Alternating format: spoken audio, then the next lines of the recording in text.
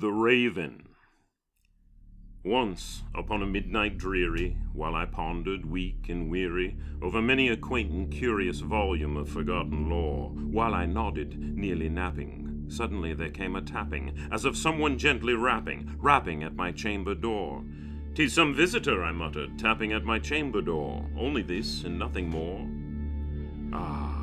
Distinctly I remember, it was in the bleak December, and each separate dying ember wrought its ghost upon the floor.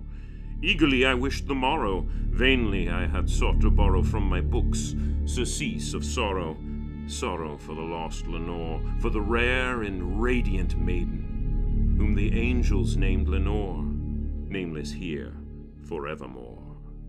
And the silken, sad, uncertain rustling of each purple curtain thrilled me, filled me with fantastic terrors never felt before, so that now, to still the beating of my heart, I stood repeating, "'Tis some visitor entreating entrance at my chamber door, some late visitor entreating entrance at my chamber door, this it is, and nothing more."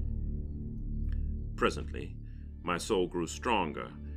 Hesitating then no longer, "Sir," said I, or "Madam, truly your forgiveness I implore, but the fact is I was napping, when so gently you came rapping, and so faintly you came tapping at my chamber door, that I scarce was sure I heard you." Here I opened wide the door, darkness there, and nothing more. Deep into that darkness peering, long I stood there wondering, fearing, doubting, dreaming dreams no mortal ever dared to dream before. But the silence was unbroken, and the stillness gave no token, and the only word there spoken was the whispered word, "Lenore?" This I whispered, and an echo murmured back the word, "Lenore." Merely this, and nothing more. Back into the chamber turning, all my soul within me burning, soon again I heard the tapping somewhat louder than before. "Surely," said I, "surely that is something at my window lattice. Let me see there what thereat is, and this mystery explore. Let my heart be still a moment, and this mystery explore. 'Tis the wind, and nothing more." Open here I flung the shutter, when with many a flirt and flutter, in there stepped a stately raven, of the saintly days of yore. Not the least obeisance made he, not a minute stopped or stayed he, but with mien of lord or lady, perched above my chamber door, perched upon a bust of Pallas just above my chamber door, perched and sat, and nothing more. Then this ebony bird, beguiling my sad fancy into smiling, by the grave and stern decorum of the countenance it wore. "Though thy crest be shorn and shaven, thou," I said, "art sure no craven, ghastly, grim, and ancient raven, wandering from the nightly shore. Tell me what thy lordly name is on the night's Plutonian shore." Quoth the raven, "Nevermore." Much I marveled, this ungainly fowl to hear discourse so plainly, though its answer little meaning, little relevancy bore. For we cannot help agreeing that no living human being ever yet was blessed with seeing bird above his chamber door, bird or beast, upon a sculptured bust above his chamber door, with such name as Nevermore. But the raven, sitting lonely on that placid bust, spoke only that one word, as if his soul in that one word he did outpour. Nothing farther than he uttered, not a feather than he fluttered, till I scarcely more than muttered, "Other friends have flown before. On the morrow he will leave me, as my hopes have flown before." Then the bird said, "Nevermore." Startled at the stillness broken by reply so aptly spoken, "Doubtless," said I, "what it utters is its only stock and store, caught from some unhappy master, whom unmerciful disaster followed fast and followed faster, till his songs one burden bore, till the dirges of his hope that melancholy burden bore of nevermore." But the raven, still beguiling my sad fancy into smiling, straight I wheeled a cushioned seat in front of bird and bust and door.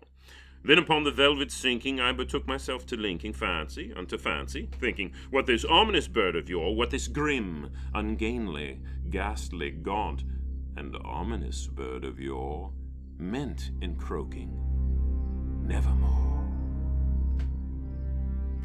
This I sat engaged in guessing, but no syllable expressing to the fiend whose fiery eyes now burned into my bosom's core. This and more I sat divining, with my head at ease reclining on the cushion's velvet lining that the lamplight gloated o'er, but on whose velvet violet lining with the lamplight gloating o'er she shall press.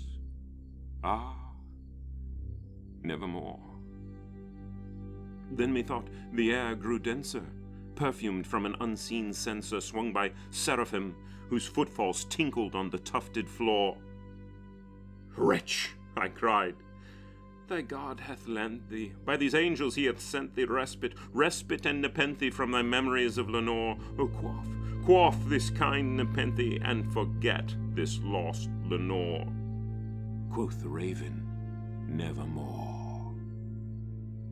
Prophet, said I, thing of evil, prophet still if bird or devil, whether tempter sent or whether tempest toss thee here ashore, desolate yet all undaunted, on this desert land enchanted, on this home by horror haunted. Tell me truly, I implore, is there balm in Gilead? Tell me, I implore. Quoth the raven, nevermore. Prophet, said I, thing of evil, prophet still if bird or devil, by that heaven that bends above us, by that God we both adore, tell this soul with sorrow laden, if within the distant Aden it shall clasp a sainted maiden, whom the angels name Lenore, clasp a rare and radiant maiden, whom the angels name Lenore. Quoth the raven, nevermore. Be that word or sign of parting, bird or fiend, I shrieked upstarting. Get thee back into the tempest and the night's Plutonian shore. Leave no black plume as a token of that lie thy soul hath spoken. Leave my loneliness unbroken. Quit the bust above my door. Take thy beak from out my heart, and take thy form from off my door. Quoth the raven, nevermore.